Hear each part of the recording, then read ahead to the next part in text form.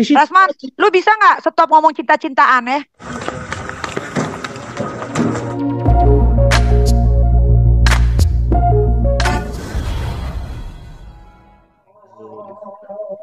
kalau dibilang di ujung tanduk ya enggak boleh dibilang di ujung tanduk.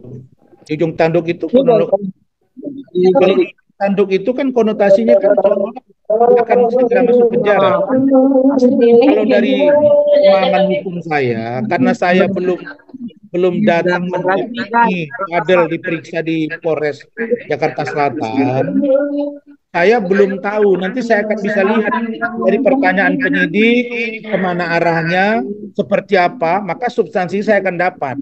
Di situ baru saya tahu seperti apa klien saya. Saya akan pasti akan tahu. Kalau saat ini keterangan ini kan baru dua belah pihak ini.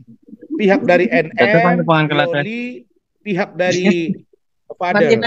Nanti kita lihat di proses pemeriksaan gitu. Di situ saya baru baru akan lihat nanti gitu. Tentu saya akan membela sesuai dengan koridor hukum yang saya miliki kewenangannya sesuai dengan undang-undang. Advokat itu, catat ya, advokat itu membela hak-hak hukum dari kliennya, tidak membelokkan hukum untuk kepentingan klien, bukan membela hak hukum dari klien. Di luar itu tidak ada. Kalau dia berhak ternyata tidak terbukti, hak dia untuk memperoleh kebebasan dan tuduhan itu selesai. Tapi kalau ternyata dia terbukti bersalah, lalu kemudian hak dia untuk mengajukan gelar perkara khusus, atau kalau dia ternyata ditahan, hak dia untuk mengajukan penangguhan penahanan. Ya begitu-gitu, sampai di situ saja. Nah, kalau ternyata tidak terbukti, hak dia juga untuk melapor balik. Udah, selesai sampai di situ. Tidak ada yang lain. Nggak ada juga yang mau kumpul di sini gitu. Karena semua ini udah public figure kan. NM public figure, Dr. Oki public figure. Ya saya, walaupun dikit-dikit udah public figure. Clear sampai di situ. Bang, izin Bang, Irul Bang, berita satu. Ya, silakan berita satu. Bang, izin. Kemarin kan Abang bilang bahwa Abang mau mendampingi Fadel sendiri karena beberapa syarat. Termasuk kalau seandainya Abang bilang kalau seandainya dia bohong, Abang akan cabut kuasa hukum terhadap Fadel karena Fadel bohong. Nah, kalau seandainya memang nanti itu terbukti bahwa Fadel memang selama ini nggak jujur atau bohong, apa Abang tetap akan pada posisi yang kemarin atau tetap jadi pengacaranya Bang? Thank you Bang. Oke, sekarang saya jawab. Saya tegasin. Bukan saja saya mundur sebagai pengacaranya, saya yang minta dia ditangkap. Karena pasalnya bertambah, yaitu memberi keterangan palsu secara nyata dan sadar. Oke, gentle ya Bang. Saya ngerasa Bang iya gentle. dong. Iya. Dan saya ini sudah biasa mengundurkan diri. Dulu KLB Demokrat, Partai Demokrat, Pak Muldoko Jenderal, mundur saya.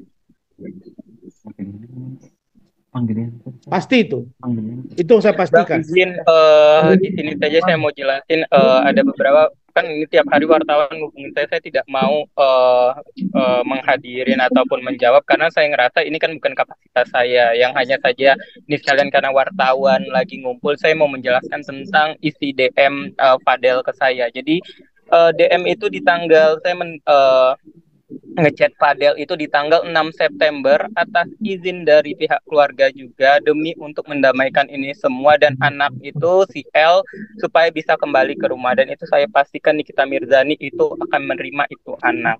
Lalu saya ngechat Loli pun tidak dijawab, bahkan di blog. Akhirnya ngechat Fadel, akhirnya saya tidak ada jawaban dari Fadel. Akhirnya saya setelah 1 hari saya posting, tapi yang saya posting isi chat saya bukan isi chat dia ya Bang ya, isi chat saya karena saya tahu akan tindakan hukum kalau ngeposting isi chat orang, tapi itu isi chat saya pribadi tanpa, karena waktu itu juga belum Fadel membalas chatnya saya.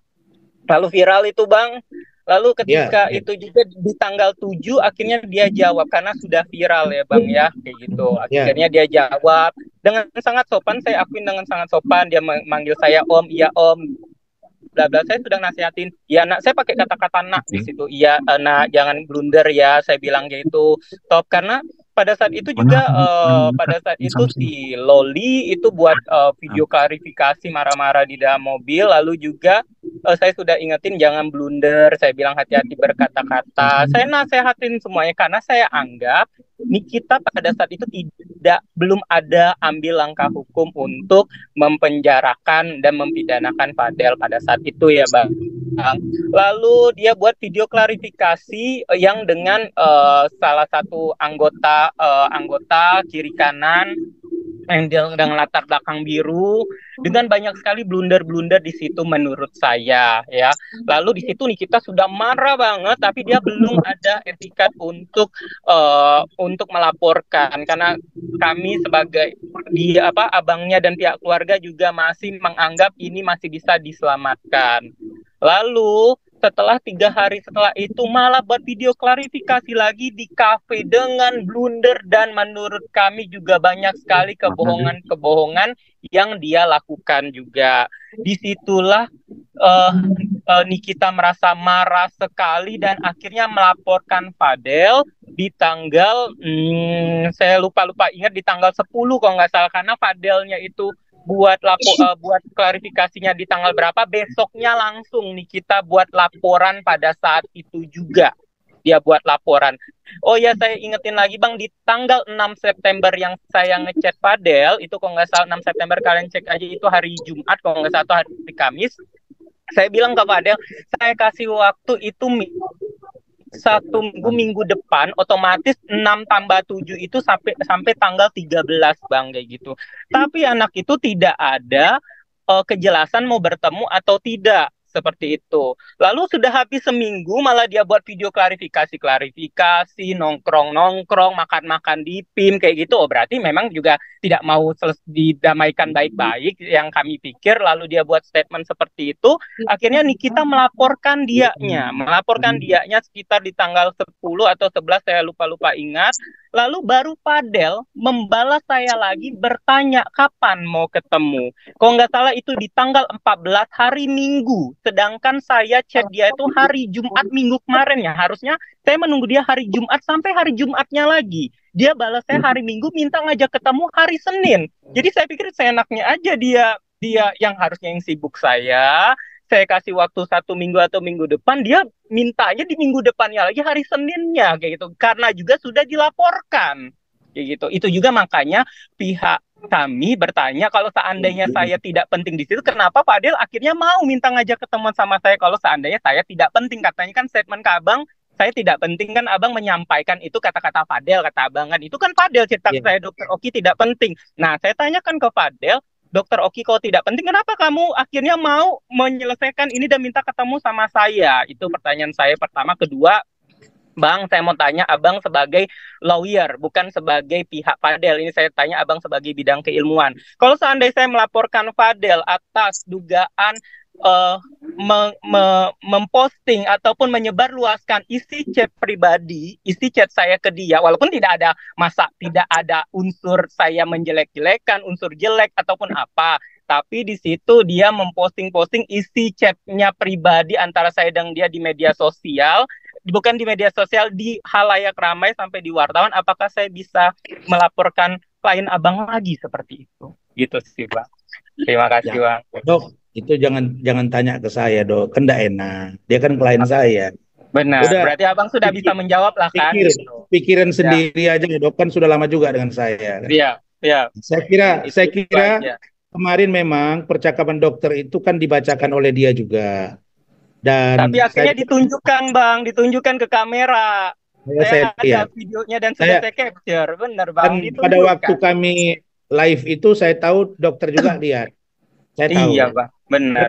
Info saya makanya saya kaget lah, kok klien Abang padahal Abang nggak ada nyuruh tunjukkan chatnya kayak gitu. Kok dia nunjukin chatnya ke kamera, itu fatal loh Bang kayak gitu. Hanya berarti kan masukan ke klien Abang, hati-hati dalam bertindak, sering sekali blunder Bang, itu aja. Ya sudah, oke. Nikita Mirzani mana? Udah keluar dia? Ya Bang, saya suruh tenang aja, tenang. Nanti daripada dia ini kan namanya ibu lah Bang, sedang ada masalah. Thank you, ya Bang. Bang, Oke, saya Dok. izin Oke, Dok. out ya Bang ya, izin out ya Oke, wartawan. makasih Dokter ya. Rocky Salam. jangan out dulu, saya mau tanya Jangan Dokter out Rocky. dulu, Dokter Ya, Rocky. izin Susah ya. ketemu Yuk, Dokter Rocky. assalamualaikum. Dokter Rocky, Selamat jangan out dulu. malam. Ya, Dok, izin dong, Dok. Bang Rasman. Udah Bang cabut. Rasman. Oke, kita lanjut. Waduh, Iya, gawat juga Zoom begini ya. Bang. Tiba-tiba orang masuk kita Apa? nggak tahu. Bang, Iya, Bang, setelah saya juga mendengar nggak tahu, Bang. penjelasan Ini anak dari saya Dokter dokter Oki, nih. gimana Ini sikap kamu Abang jelasin. setelah Udah mendengarkan duduk aja penjelasan situ, Dokter Oki? lari pula Gimana lagi. sikap Abang? Duduk aja situ, ha. Kawan Isyanggi. Duduk situ kawan Isyanggi. Bang Rasman, Gimana? Silakan. Afizal, telepon Kemis. Bang, setelah mendengarkan penjelasan Dokter Oki, seperti apa mungkin Abang? Bang, Kenapa? setelah mendengarkan penjelasan lengkap dari Dokter Oki dan secara kronologis dan masuk akal, sikap Abang seperti apa sekarang dimulai Ini, apa gini. diri menarik Kalian harus catat ya. Berhasil nggak gua membentuk opini publik untuk bagaimana merangkul suasana ini menjadi lebih adem? Adem kan? Masih Zoom gak nih? Adem dong, masih Zoom. Adem kan? Di luar logika, NM itu bicara begitu smooth. Kalau menurut saya ngomongan dia tadi itu udah smooth itu.